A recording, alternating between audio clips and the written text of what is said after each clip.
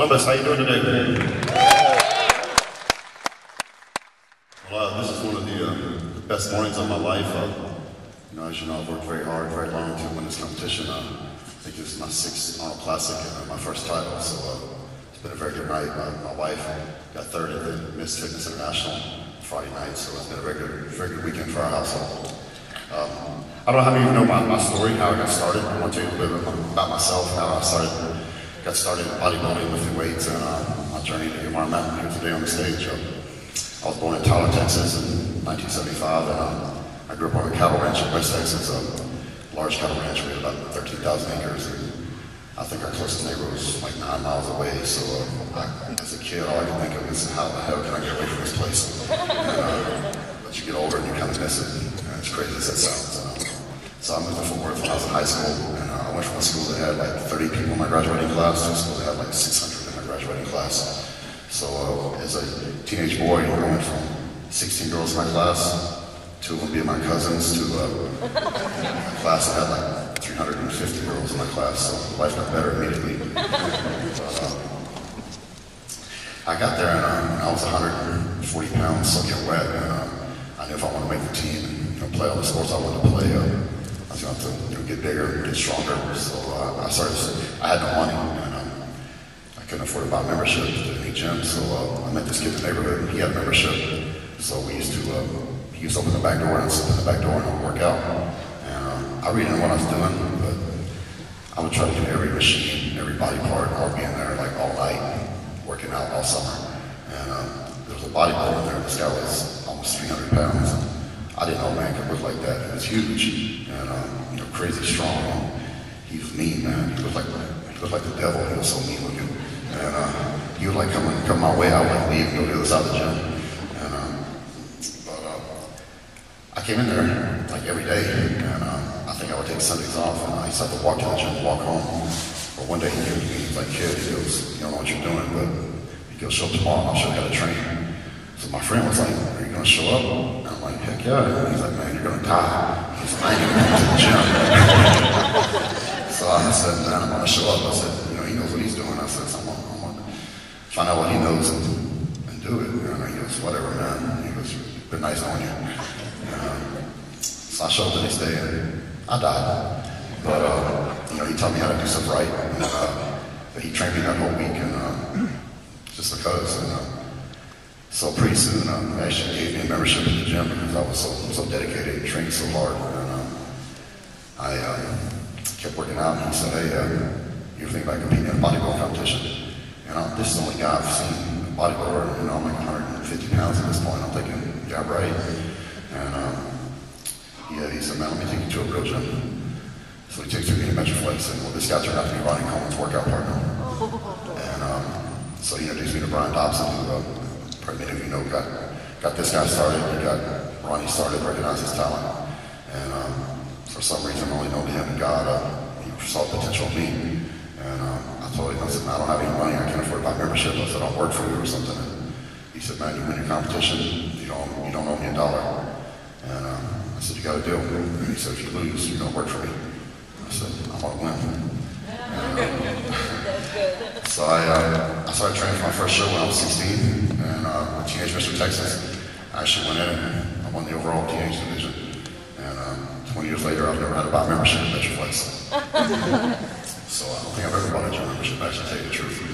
So, see, bodybuilders are terrible, man. They're cheap. They don't want to pay for anything. But from there, I went on to win numerous teenage titles. I never lost actually as a teenager. I think I won a lot of open contests when I was 18 and 19. I won the teenage on the open. I won the teen nationals in '93. There was a lot of pros in the contest, including the current Mr. Olympia, Jay Cutler, one of the heavyweights, super heavies. He won the heavies, I won the light heavies. We had Caprice Murray, Ronnie St. Cloud. There were several pros that came out of that show, probably the greatest teenage national competition in history. I came on top with the overall victory. From there, I went on to school and took a few years off. I had to work my way through school. Worked 3 jobs at one point. I continued bodybuilding.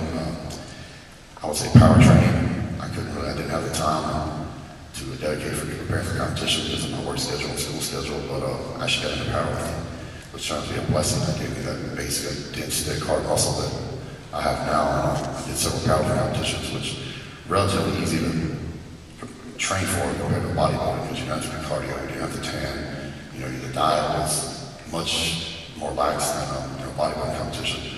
So, and it turned to be a blessing because I put on a lot of quality muscle in my early 20s, because of that. When I was 24, I competed again. I went to Southwest USA there in Dallas, which is now the Europa Super Show. From there, I went to the USA, my first big-time national contest, and I think third in heavyweights. I suffered a devastating massive injury, at least I thought it was. The day before Christmas, after I won the USA, I was preparing for the national next year. I thought I felt it snap, and I thought, my career's over. But I went to the doctor that day, and he said, "What do you do for Christmas?" I said, "Nothing." He said, "We'll have you scheduled surgery the morning after Christmas." I had it reattached, and 9 months later, I won the Nationals, 18 pounds heavier, and got my pro card. So, things happen in life, you just have to overcome them. You can always come up with excuses why you can't do something. But the champion figure is the way to overcome and persevere and make it happen anyway.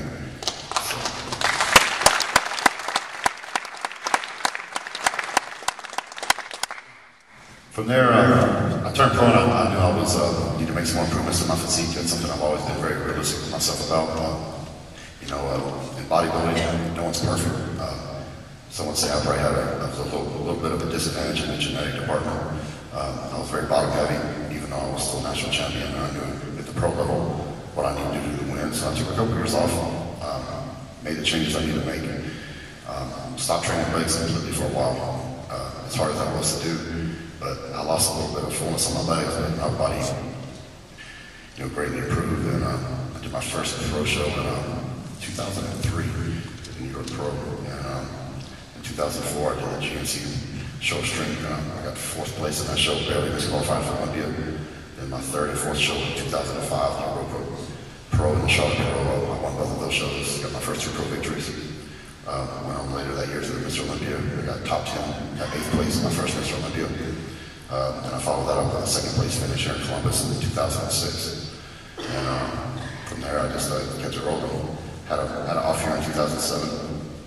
Didn't do as well at the Olympia or the Arnold as I had done in the previous years. 2008, I got back on track. I actually had another injury, which sidelined me from my preparation for the 2008 Mr. Olympia.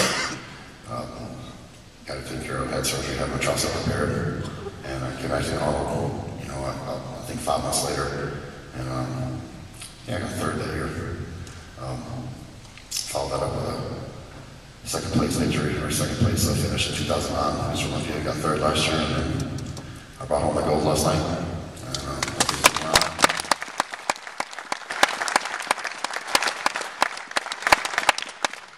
How many of you were here with the show last night? Just kind of repeat something I said last night on stage when Arnold was talking to me. People think bodybuilding is an individual sport. It's really not. It's a team sport. If you don't have your support network behind you, you're not going to get very far. You're not compared it to a NASCAR driver. The NASCAR driver gets all the glory and all the fame and all that. But without a good pit crew, you'll never make it across the finish line because, you have all kinds of breakdowns and malfunctions. He's got to get new tires and refuel and gas up and repairs along the way before he gets across the finish line. That's the same thing with me. My wife is the crew chief and the boss and always the one. And she keeps me on track. And she's my #1 fan, my biggest supporter. And without her, there's no way I would have stood victorious on the stage last night. She's really she makes me feel better person.